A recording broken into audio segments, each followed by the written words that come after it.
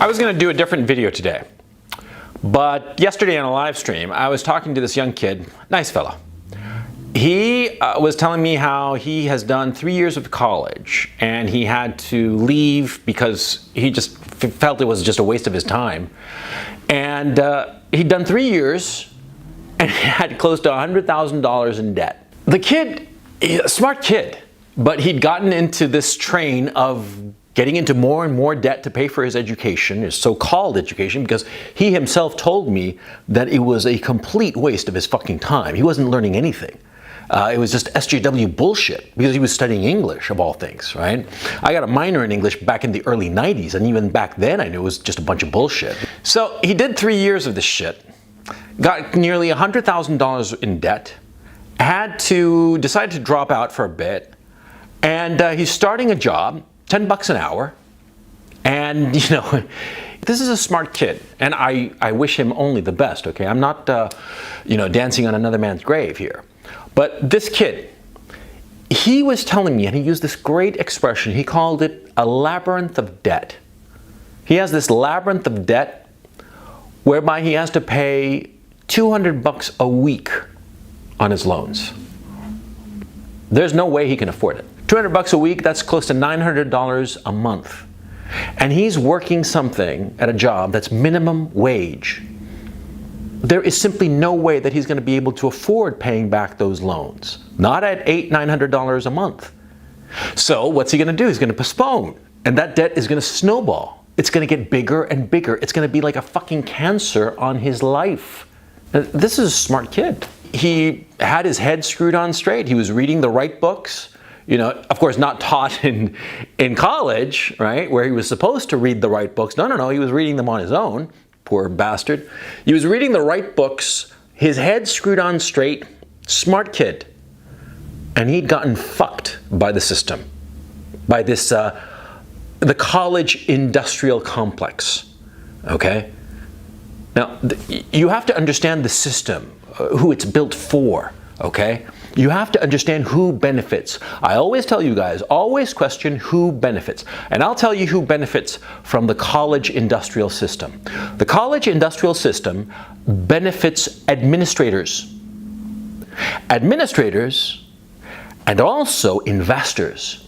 You know, like a few years ago, 10 years ago, there was the subprime loan crisis. And everybody knows what it was, that they took a bunch of mortgages, bundled them up, and sold them as bonds, right? Well, they do the exact same thing with student loans. And investors love student loans because they are guaranteed. Because unlike in a mortgage debt, a student cannot declare bankruptcy and just forget about the debt. Even if a student in the United States declares bankruptcy, he still has to pay his student loans.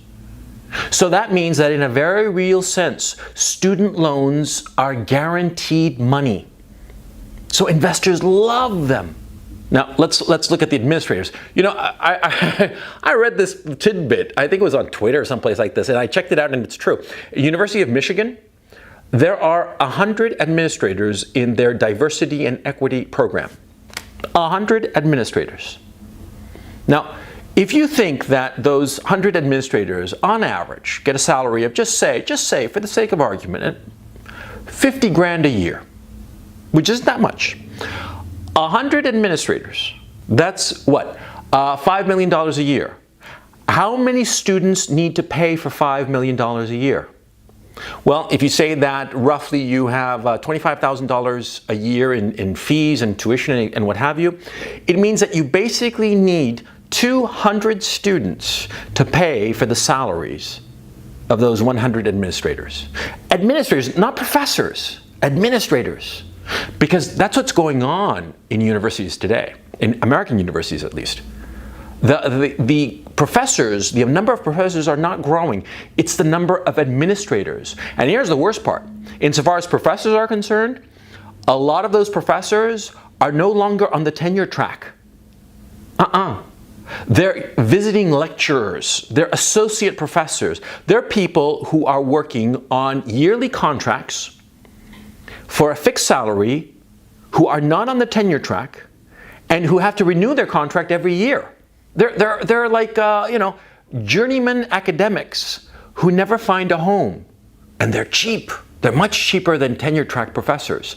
That's why all of the universities are going in that direction of hiring associate professors, guest lecturers, and so on and so forth, not tenure-track professors, because they're cheaper, so that they have more money for this administrative layer.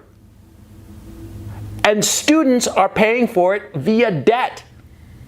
This fellow I was talking about at the beginning of this post, what did he pay for with $100,000 worth of debt? He paid administrators. That's who he paid. He paid for the yearly salary of 2 and perhaps just 1 administrator, and he is saddled with this cancerous debt that's going to be around his neck for years. Actually, it's going to be around his neck for decades. Decades. The average student in the United States takes 21 years to pay off their student loans. This is a catastrophe. It's despicable. It's bankrupting a generation of students for the sake of administrators, of diversity and equity administrators. And the students are getting the shaft. The students, you're getting fucked. And the worst part is that you're not learning anything. You're not. Because what happens in American universities is that, nobody ever fails. Nobody ever fails, and therefore nobody ever learns. Because you can only learn if there's a real risk of failure. You only learn when things might go south and you might get an F and then eventually kicked out. If you can never fail in a university, then you're not getting an education. And we see that. The kid I was telling you about, he was talking about all the SJW bullshit, and he was saying nobody ever gets failed. Nobody fails a course. Nobody gets kicked out, because universities view students as customers. Everybody now has a college degree. Everybody thinks that they must get a college degree and they must go into debt in order to get this college degree, right? And so what happens is that, in the past, having a college degree meant something. In the past, say, 20 years ago, 30 years ago, it meant something. Today, it doesn't mean anything. Everybody's got a college degree. You have baristas at the fucking Starbucks in between them cleaning up after the homeless, right? Those baristas, they got like a PhD in fucking comparative literature, right? It doesn't mean shit. A college education today means nothing. When you're 18, you don't know enough about yourself to be able to make decisions that are going to affect you for the rest of your life. Taking on loans, these student loans, these usurious student loans, this is going to alter you for the rest of your life. And you have to be very careful about taking on loans. Only a fool would take on $100,000 worth of debt. But see, that's the thing. You see, it's not that people are stupid.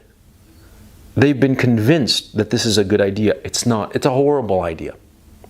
Okay? It's an absolutely horrible idea. But they do it because everybody else is doing it. And when you're 18, you don't have enough independence of thought to be able to say, wait. Is this a good idea? Is it a good idea for me to follow all the other lemmings and just like run right off that cliff? Is it a good idea? There are very few 18-year-olds who can stop at the edge of the cliff and say, no, this is a horrible idea. Very few. Now, you who are watching this, I'm frankly hoping that the people watching this video are 17, 16, 18-year-old kids, young kids. Don't jump off the cliff. You're going to die, okay? You're going to be like this kid I was talking about. This kid who's 22, 23 years old. He's earning minimum wage, and he's got $100,000 worth of debt. And he's going to have to, do some sort of like postponement on the loan or whatever. And as he does each postponement, that debt is going to get bigger, bigger and bigger and bigger. And it's going to prevent him from getting married. It's going to prevent him from buying his first home. It's going to prevent him from getting further education. It's going to prevent him from doing a whole host of things that he wants to do with his life. But worst of all is that, see, when you have a debt, especially a big debt, a money debt, it weighs on you. It weighs on your spirit. And what happens in that case is that you decide not to do the things that you'd like to do. You don't travel just for the hell of it to see the world. You decide to get a good job as quickly as possible so you have the money to pay the debt. You decide not to spend an evening talking with a friend, talking about important subjects, personal subjects, because you say, tomorrow I got to get to work at that job that I hate, but it's enough money to pay the loan. When you have a loan, you're always thinking about it. It starts to dominate your life. It's a weight on your shoulders, on your spirit, on your soul. At this time, the average high school graduate earns $17,000 less than the average college graduate. But that's of all workers from the time that they graduate high school or college and the time that they retire. If you look at recent college graduates and recent high school graduates, the numbers are virtually identical. They are virtually identical. And what does that mean? It means that the college grad spent 4 years in college, which is basically, like a Club Med, right? Doing nothing except partying and taking bullshit classes, right? He's saddled with a huge debt. The average debt in the United States is $30,000 for a college graduate, right? A recent college graduate. So he's saddled with at least $30,000 debt, if not a lot more, like $100,000, like the case I told you about, right?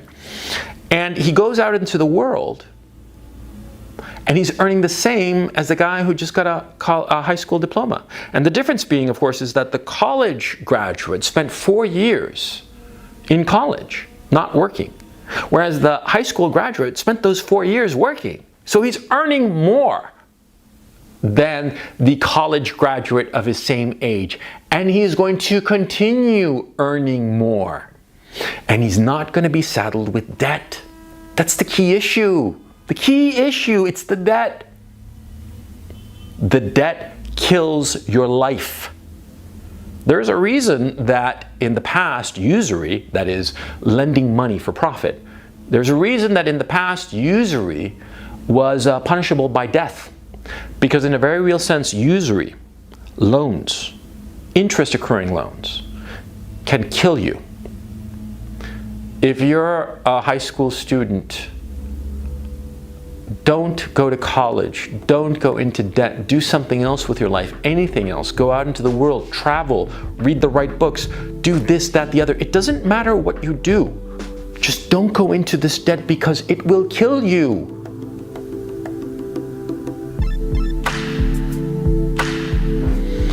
That's my pitch. I hope it helps.